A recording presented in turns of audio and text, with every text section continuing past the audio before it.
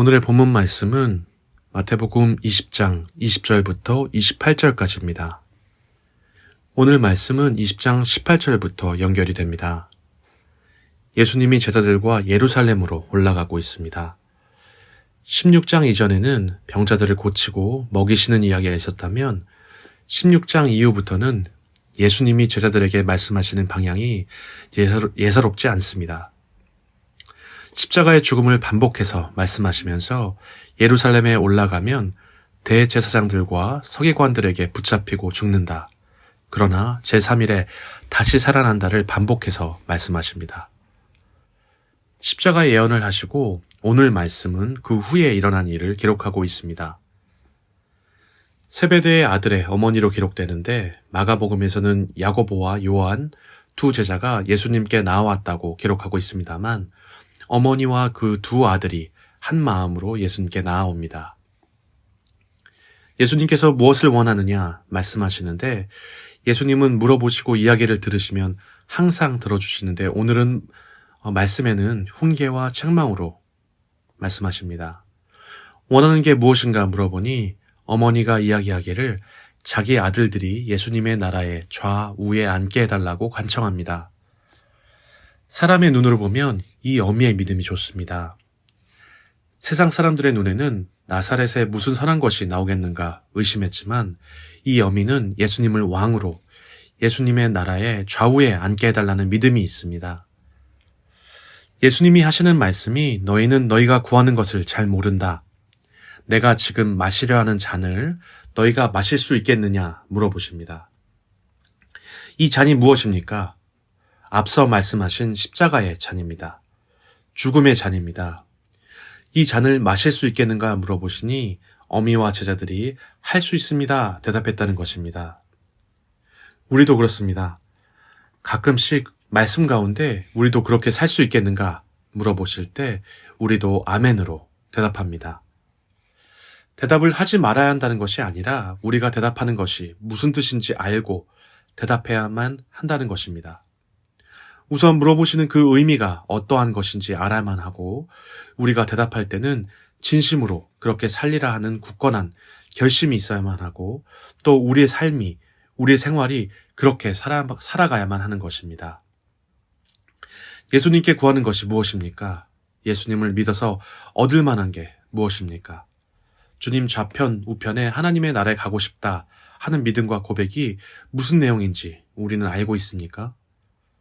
사실 이런 본문은 우리의 마음을 힘들게 합니다. 예수를 믿어서 신앙생활을 열심히 함으로써 얻을 수 있는 것이 무엇이라고 생각하는지 세베대의 아들의 어머니처럼 주님의 좌편에 우편에 앉는 것을 목표로 하고 있지 않은지 생각해 보아야만 하겠습니다.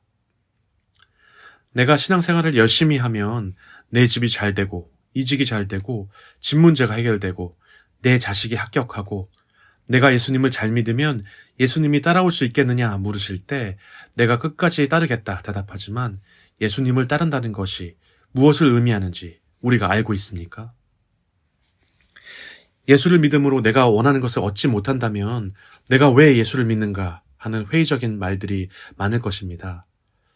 이 주님을 위하여 하는 고백이 주님의 잔을 나도 마실 수 있겠나이다 하는 그 뜻이 예수님이 말씀하시는 것과 우리가 예수님께 나도 갈 수 있습니다 하는 내용과 다르다는 것입니다. 예수님이 제자들에게 믿음의 맹점을 지적하는 것처럼 이 말씀은 우리의 고백과 믿음에 대한 태도를 말씀하십니다. 제자들은 분명히 모든 것을 내어버리고 예수를 쫓았기에 그들이 받을 상급을 꿈꾸며 기대했던 것처럼 우리 또한 그러한 마음을 가지고 있지 않나 돌아봐야만 하겠습니다.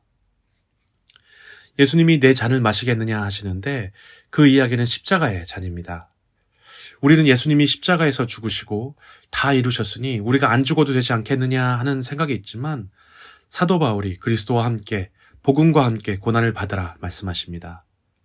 이 예수님의 십자가를 우리가 복되게 하는 복의 근원으로만 생각하고 우리가 살아가야 하는 삶의 이야기로는 생각하지 못하고 우리가 생각하는 건 만사형통이고 무엇인가 잘못되면 고민이고 직장에 일이 꼬이고 부부간의 사이가 안 좋으면 우리가 잘못 믿고 있구나 이렇게 가볍게 생각합니다.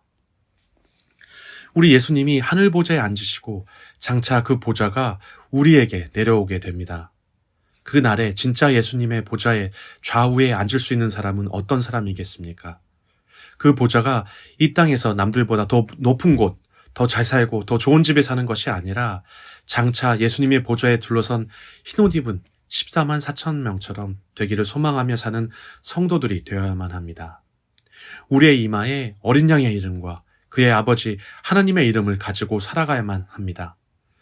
그것을 더 사모하고 이 땅에 사는 동안에 과연 하나님이 나에게 원하시는 게 무엇일까 궁금해하고 내가 어떤 삶을 살아야 하는가 생각하고 묻고 또 물어야만 합니다.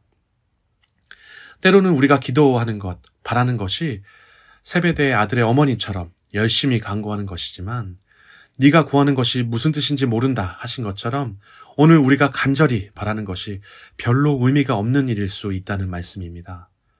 예수님 가까이 있고 또한 교회의 중심에 있는 성도들이 항상 이러한 문제 앞에 있습니다. 간청하고 열심히 하는데 무엇을 위하여 열심이고 무엇을 간구하는지 우리가 또한 내가 모르는 것입니다. 베드로가 이야기한 것처럼 죽으심의 이야기 앞에서 그리하지 마옵소서 말하거나 혹은 주여 여기가 좋사오니 여기에 집을 짓고 여기에 삽시다 하는 것과 같다고 말씀하십니다. 예수님이 말씀하신 것처럼 내가 죽고 다시 살아난다 말씀하시면 내가 예수님이 가신 그 길 우리도 함께 가자 하는 마음을 가져야만 하겠습니다. 그리고 우리가 구하는 게 정말 구해야 할 것인지 또한 구하더라도 그 앞에 먼저 구해야 할 것이 있는지 없는지를 생각해서 그것을 주의 일을 먼저 구하고 또한 그 안에서 나의 필요를 구한다면 우리가 주의 보좌 가까이에 설 수 있지 않을까 합니다. 예수님은 내 좌편에 우편에 앉은 것은 오직 하나님만 아신다 말씀하십니다. 예수님은 하나님의 아들이시고 하나님의 권세가 예수님의 권세이시고 또한 하나님이 아시면 예수님도 아시는데 예수님은 철저히 모든 것을 하나님께만 돌립니다. 다만 예수님이 하신 일은 십자가에 죽으시기 전에 모든 고난과 수치는 예수님이 감당하시고 거룩하심과 전능하심은 하나님께만 돌리셨습니다. 이것을 우리에게 적용한다면 우리가 계획하고 우리의 뜻대로 할 수 있는 모든 것들을 내 뜻대로 하지 않고 예수님께 하나님께 묻고 맡겨서 내 마음대로 결정하지 않아야 한다는 것입니다. 우리의 직장의 일들과 재정적인 계획들과 자녀 문제, 이사 문제, 결혼 문제, 건강의 문제 이 모든 것들을 하나님, 이 모든 것 하나님의 것이니 어떻게 해야 할지 하나님께서 알려주옵소서 해야만 한다는 것입니다. 우리가 믿음으로 살아간다는 것은 오직 이러한 예수님의 태도를 따라 살아야만 합니다. 우리의 생각과 우리의 뜻은 그 어떠한 것도 선한 게 없기 때문에 항상 하나님 앞에 낮은 마음으로 엎드려서 우리의 약함과 악함을 고백하고 오직 선하신 하나님의 뜻을 알게 해달라고 기도해야만 합니다. 이것이 믿음이고 예수님이 살아가신 모습입니다. 결국 세베대의 아들과 그 어미가 예수님 앞에서 나와서 간구한 것은 스스로 높은 자리에 앉게 해달라는 이야기입니다. 이들은 예수님이 십자가의 길로 나아가는 것을 알지 못했고 또 두 아들과 어미가 와서 이야기할 때 나머지 제자들도 그 이야기를 듣고 분이 여겼다고 합니다. 이러한 분위기를 아신 예수님이 말씀하시기를 힘 있는 자들이 어떻게 하는지 아느냐, 힘없는 사람들을 밑에 사람들을 어떻게 대하고 권세를 부리는지 알지 않느냐, 너희는 그렇지 않아야 한다 말씀하십니다. 또 누구든지 크고자 하는 자는 너희를 섬기는 자가 되고 너희 중에 누구든지 으뜸이 되고자 하는 자는 너희의 종이 되어야 한다 말씀하십니다. 이러한 사람이 하나님 나라에서 높은 자리에 앉을 수 있는 사람의 모습입니다. 크고자 하는 사람은 섬기고 종처럼 되어야만 한다고 합니다. 섬기는 종이 되어야만 합니다. 우리가 직급이 높고 권한이 높을지라도 기본적으로 섬기는 태도를 가져야만 합니다. 마지막 하신 말씀은 인자가 온 것은 섬김을 받으려 함이 아니라 도리어 섬기려고 하고 자기 목숨을 많은 사람의 대속물로 주려 함이니라 말씀하십니다. 이 말씀은 앞에 17절부터 19절까지의 말씀과 연결됩니다. 믿음이 좋은 사람의 특징은 종처럼 섬기고 죽고 다시 살아나는 사람입니다. 믿음은 결국 하나님의 은혜로 우리가 먹고 마시고 살고 있을지라도 예수님처럼 죽는 것입니다. 사람을 위해 죽는 것이고 주를 위해서 죽는 것입니다.